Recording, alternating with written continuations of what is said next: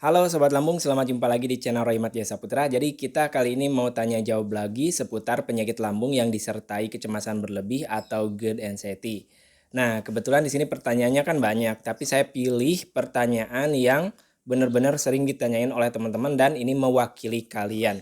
Jadi buat yang nggak kebaca, mohon maaf, tapi nggak apa-apa, silahkan kalian tulis lagi di kolom komentar, siapa tahu nanti saya bisa baca ya teman-teman. Dan untuk kalian yang belum subscribe, jangan lupa subscribe dulu. Nah, ini videonya memanjang, silahkan kalian full screen-kan aja biar kelihatan semua ya. Oke, kita mulai dari pertanyaan yang pertama. Ini dari Kak Apandi. Bang, bahas dong cemilan yang aman buat yang masih sakit lambung dan masih sensitif. Oke, dari Mas Apandi ya. Jadi Mas Apandi ini dia ngeluh sakit lambung, dia masih sensitif, cemilannya apa? Nah, buat sobat lambung, kalau kita sakit GERD anxiety itu ada tahapannya. Pertama yang sakitnya parah, kedua yang udah membaik, dan ketiga katakanlah udah sembuh gitu ya. Nah, jadi kalau yang masih sensitif begini, memang untuk cemilan-cemilan itu emang agak susah ya. Biasanya ketika saya sakit GERD itu hanya makan ikan, telur, tahu, tempe, kemudian sayuran, buah-buahannya pun paling ya cuman pepaya. Untuk cemilan-cemilannya ya paling roti, itu pun kadang cocok kadang tidak karena kan beda roti, beda bahannya. Jadi ya kadang-kadang ada roti yang ada pengawetnya nih. Kalau yang nggak ada pengawetnya biasanya aman. Atau di dalamnya ada selainya. Nah itu nggak aman. Jadi untuk yang kondisi masih sensitif kayak gitu, ya sebenarnya silahkan coba-coba aja ya. Coba-coba aja karena kalau saya jelasin cocok di saya belum tentu juga cocok di orang yang sensitif tadi. Cuman ketika saya dulu kena GERD dan posisinya sensitif seperti Mas Apandi tadi, saya makannya itu ya yang tadi, cuman makanan-makanan pokok gitu ya. Jadi ikan, telur, tahu, tempe, kemudian ada sayurannya juga. Cuman kalau yang digoreng-goreng minyaknya nggak banyak. Nah, masih terpaku di sana. Untuk cemilan itu bener emang repot susah ya. Dulu kita kan coba ini kan nggak cocok, coba ini nggak cocok. Nah sekalinya ada yang cocok, makanya itu terus gitu kan. Jadi saya dulu paling ya ada roti-rotian, terus kue mari juga kadang-kadang kalau yang sensitif kan ada susunya tuh. Kadang-kadang ada yang nggak cocok juga. Jadi di sini saya nggak bakal terangin jenis-jenisnya apa karena emang susah antara orang yang satu dan yang lain itu beda-beda. Kalau orang yang sakit lambung ini ada yang cocok, ada yang enggak. Nah itu yang bikin saya aneh loh kok kita kan sama-sama sakit lambung ya. Kenapa si ini makan mari biasa aja, tapi si B makan mari itu langsung kerasa nggak enak gitu kan.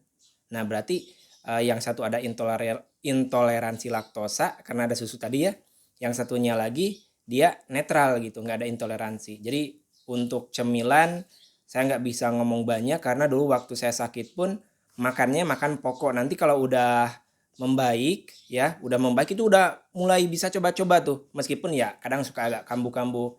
Udah bisa makan coba-coba makan roti, terus coba-coba makan cemilan-cemilan yang di minimarket semuanya. Cuman biasanya kalau cemilan yang paling aman itu adalah cemilan yang homemade ya, yang buatan rumah. Biasanya jajanan pasar kayak gitu. Nah itu saya rekomendasikan nggak apa-apa. Cuman kembali lagi jajanan pasar juga saya sempat rekomendasikan ke teman-teman. Banyak yang nyoba ternyata nggak cocok juga ya. Bisa dari faktor mungkin makanannya, bahannya atau ada pengawetnya atau mungkin emang lambung lambung dia emang belum bisa menerima ya gitu sensitif itu. Jadi untuk Mas Apandi, Apandi untuk cemilan ya coba-coba aja dulu ya, cuman kalau untuk yang pokoknya yang tadi ya. Oke, ke pertanyaan kedua. Ini dari Kak Waronggo. Kang pernah ngalamin BAB berdarah atau BAB hitam enggak? Oke, Mas Waronggo, dia BAB-nya hitam. Nah, atau mungkin ada darah ya. Jadi untuk teman-teman nih harus tahu ya, kalau BAB hitam itu belum tentu darah. Kalau BAB hitam belum tentu darah. Tapi kalau emang BAB-nya ada warna agak kemerah-merahan, bisa jadi itu darah. Nah, kalau BAB hitam itu biasanya karena kita lambungnya nggak bisa mencerna zat besi. Jadi teman-teman waktu di siang hari sampai misalkan sore hari itu makanannya yang tinggi zat besi. Contohnya apa? Contohnya daun singkong, kemudian ati ampela kayak gitu ya. Kemudian kalian minum sangobion, misalkan ya, sangobion kayak gitu. Nah itu kan zat besinya tinggi, dia nggak bisa mencerna zat besi, akhirnya si BAB-nya hitam, ya, gitu, hitam akhirnya. Nah itu untuk teman-teman yang BAB hitam jangan khawatir, karena itu memang lambung kita belum bisa mencerna sempurna si makanan yang mengandung zat besi tinggi. Makanya kalian kenapa kurus? Nah ini salah satunya, zat besi pun kan sulit untuk dicerna sama lambung kita. Akhirnya keluar lagi kan, nggak jadi zat besi buat badan kita. Makanya kita sering pucat tuh, pucat kemudian terlihat nggak segar gitu ya. Nah untuk BAB yang emang real ada darahnya gitu ya, agak kemerah-merahan, bukan hitam ya, agak kemerah-merahan. Kalau agak kemerah-merahan emang itu ada darahnya. Nah biasanya pendarahannya itu di area ini ya, di area-area usus, misalkan bagian ujungnya, atau bisa juga dari lambung. Nah kalau yang dari lambung, yang dari dalam itu dia kecampur sama makanan si darahnya itu, jadi nanti si BAB-nya itu meskipun hitam tapi ada seperti warna-warna darah gitu ya teman-teman ya. Nah bisa jadi juga itu memang ada peradangan di area-area lambung bagian bawah gitu, bagian bawah, bagian usus kayak gitu ya. Nah untuk yang kalian kalau ngeludah suka ada darahnya, nah itu real berarti ada peradangan di area lambung bagian atas gitu teman-teman ya. Dulu ada yang bilang, salah satu dokter bilang kalau BAB hitam ini juga bisa jadi si darah tersebut tercampur dengan makanan gitu ya. Akhirnya jadi BAB kehitam-hitaman gitu. Cuman kebanyakan justru bukan darah, kebanyakan justru zat besi. Jadi balik lagi ke teman-teman ya. Kalian dari pagi sampai sore sebelum BAB pokoknya ya, kalian makan makanan yang mengandung banyak zat besi enggak? Nah, kalau mengandung zat besi berarti si warna hitam tadi dari zat besi. Kalau kalian enggak makan makanan yang zat besi minimal ya, terus kalian merasakan perih, nah itu berarti ada luka di lambung gitu, dan biasanya agak kemerah-merahan, enggak hitam gitu ya teman-teman ya. Balik lagi ke kalian ya. Beda kondisi, beda orang beda kondisi ya teman-teman ya. Oke, kita ke pertanyaan yang selanjutnya. 3 ya. Pertanyaan ketiga dari Kak Ahmad Saparudin. Kang, kenapa ya dada terasa sesak, ngap napas padahal udah lama nggak ngerasain gini. Tapi sekarang kayak gini lagi. Oke. Ini pertanyaan sebenarnya kurang lengkap tapi nggak apa-apa ya. Udah bisa saya jawab. Jadi udah lama nggak sesak, nggak ngap gitu ya. Nah, padahal udah lama. Nah, harusnya ditambahin. Ini kambuh atau gimana nih ya? Maksudnya emang udah sembuh sebelumnya kayak gini lagi atau gimana gitu? Atau emang belum sembuh, masih kambuh-kambuhan? Nah, biasanya begini ya teman-teman ya. Baik yang udah sembuh ataupun yang masih mendingan, biasanya kalau misalkan ngap, kemudian susah napas, perut begah kayak gitu, terus rasanya tuh lemas. Nah itu biasanya dari gas lambung. Pertama dari gas lambung, ya pokoknya kan awalnya dari cairan asam lambung yang banyak gitu, yang berlebih itu ya. Jadi gas juga atau ada bakterinya. Ya, menekan ke atas si gas yang terjebak tadi kerasanya ngap terus kalau mau narik napas panjang itu agak susah gitu teman-teman ya. Terus si lambung kita tuh nggak tahu kenapa tuh rasanya tuh si lambungnya tuh lemes gitu, lambungnya ya bukan badannya. Jadi lambung kita tuh agak kayak keras aja kita di lambung tuh. Kita mau sujud serasa ada yang naik turun gitu kan, kayak ada air yang naik turun gitu ya. Nah itu berarti si lambungnya lagi sensitif, lagi bermasalah ya. Emang berproses kayak gitu teman-teman. Yang pasti ketika kalian udah enakan, udah mendingan, bener-bener pola makannya dijaga, pola pikirnya juga, dan yang pasti kalian jangan terlalu capek. Kalau terlalu capek kemudian ngedrop, nah bakal timbul kayak tadi ya. Maka jangan terlalu capek. Mungkin udah lama sembuh ya, udah lama ya sembuh, tapi karena terlalu capek ngedrop jadinya kayak gitu ya. Jadi itu kambuh lagi berarti. Nah jadi gimana caranya ya? Mulai lagi dari awal ya, obati lambungnya, kemudian obati juga kecemasan yang munculnya. Nanti perlahan ya.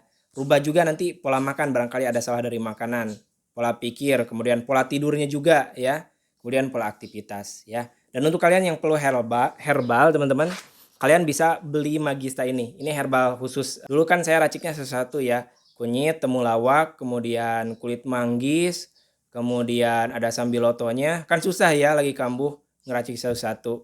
Nah, sekarang udah ada dalam satu kemasan namanya Magista. Belinya di mana? Belinya di Shopee. Cari aja Rohimat Jaya Saputra Magista double A ya.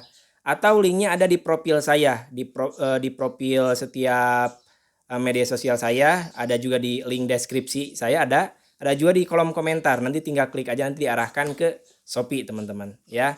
Ini cara minumnya sehari itu 2 kali, pagi sama malam. Untuk kalian yang kondisinya perutnya sering sakit, perih, bergas gitu ya, dada panas, pusing kelayangan, kemudian kalian sering merasakan lemas, gemeter, keringat dingin. Nah, herbalnya pakai yang ini. Pengobatannya berapa lama? Pengobatannya 1 sampai dengan 2 bulan, teman-teman. Ini untuk 2 minggu ya. Ini untuk 2 minggu. Kalau kalian mau terapi selama 2 bulan berarti perlu 4 bungkus. Kalau 1 bulan berarti cuma 2 bungkus aja ya. Itu untuk yang sakit, yang masih sakit atau yang kambuh lagi pakai yang Magista, linknya di deskripsi ya. Oke, sekarang ke pertanyaan terakhir. Pertanyaan yang keempat dari Kak Yoga. Kang, saya setiap naik motor kambuh dan kelayangan. Tapi kok aneh di rumah enggak kambuh? Ini lucu nih, lucu karena ini banyak banget dialami oleh teman-teman yang kena GERD anxiety. Lambungnya sudah membaik, sudah enak, ya biasa dia udah bisa aktivitas. Cuman kalau kita berangkat ke tempat yang jauh atau berada di keramaian ya, atau kalian pergi kemana misalkan, terus nggak ada siapa-siapa tuh di tempat itu tuh. Jadi di tempat itu sunyi gitu ya, kalian langsung ketakutan gitu. Lagi di atas motor, tiba-tiba kepikiran yang aneh-aneh, jadi takut. Padahal lambung kita bagus. Nah, itu yang harus kita lawan teman-teman. Kalau misalkan kita lambungnya emang sakit ya, terus bepergian, terus merasa nggak nyaman, itu wajar. Wajar. Kenapa wajar? Karena ya emang ada gejala di lambung kalian kan. Tapi kalau misalkan kalian lambung udah enak, udah membaik, tapi pergi ke tempat yang agak jauh atau pakai motor masih cemas, nah berarti itu kondisinya gimana? Berarti itu anxiety-nya, kecemasannya ya. Jadi di sini kalian harus bisa mengendalikan itu. Nah, kalian harus pede ya. Intinya kalau kita mau bepergian, lihat dulu nih kondisi badan. Badan bagus nggak? Oh, badannya bagus, ya udah pede aja. OTW aja gitu ya. Jangan ragu gitu. Tapi kalau kalian ragu, nah itu nanti yang bikin kalian kelayangan. Tiba-tiba ragu, muncul cemas, asam lambung naik. Nah, timbul dong pusing, kelayangan gitu kan, merasa tidak nyaman, gampang dingin, berkeringat gitu kan. Karena nervous tadi ya. Gitu teman-teman. Tapi kalau memang kalian lambungnya emang lagi kurang baik, kalian OTW ke tempat yang agak jauh ya, pasti bakal kerasa tiba-tiba pusing kelayangan gitu. Belum aja nyampe ya, baru 1 kilo 2 kilo tuh udah kerasa nggak enak banget gitu ya. Pusing kelayangan, kemudian keringat dingin, pikiran kemana-mana. Wah, itu balik lagi aja ya. Tapi teman-teman harus bisa jadikan ini sebagai media pembelajaran ya. Jangan sampai kita sekali mengalami itu terus untuk di lain hari kalian takut gitu, takut untuk pergi lagi karena takut terjadi hal yang sama gitu. Jadi fobia gitu kan untuk bepergian. Nah, itu nggak boleh. Nah, itu nggak boleh. Jadi kali ini kita gagal nih, besok coba lagi, nggak apa-apa. Kalau belum siap sendiri perginya, coba berdua ya, sama orang yang sama-sama bisa bawa motor atau bawa mobil misalnya. Jadi nanti pas begitu bepergian kalian merasa nggak nyaman, diganti sama teman kalian gitu, atau sama istri misalkan kalau bisa bawa motor gitu ya. Jadi jangan sampai ciut, jangan sampai kalian fobia ya, trauma, jangan. Jadikan ini sebagai media latihan kalian untuk menuju sembuh gitu teman-teman ya. Tetap semangat, itu berarti anxiety itu. Kalau lambung udah bagus kita cemasnya berlebih, berarti itu anxiety kita teman-teman. Jadi anxiety itu bisa menimbulkan gejala lambung. Gejala lambung juga bisa menimbulkan anxiety, kecemasan tadi ya. Jadi muter. Kalau salah satu terganggu, keduanya terganggu. Jadi kita benerin lambungnya, Kemudian benerin juga kecemasan. Jangan lupa pola makannya juga ya. Pola makan, pola pikir, pola tidur, dan pola aktivitas. 4P ya teman-teman ya. Dan untuk kalian untuk ngobatin lambungnya pakai yang Magista ini. Belinya di Shopee ya. Linknya ada di deskripsi teman-teman. Magista, tokonya Rohimat Jaya Saputra. Nah sekian dulu teman-teman untuk video kali ini. Ternyata udah 15 menit ya. Silahkan kalian komen aja yang mau nanya. Nanti insya Allah saya bantu jawab ya. Assalamualaikum warahmatullahi wabarakatuh. Bye bye. Terima kasih teman-teman ya.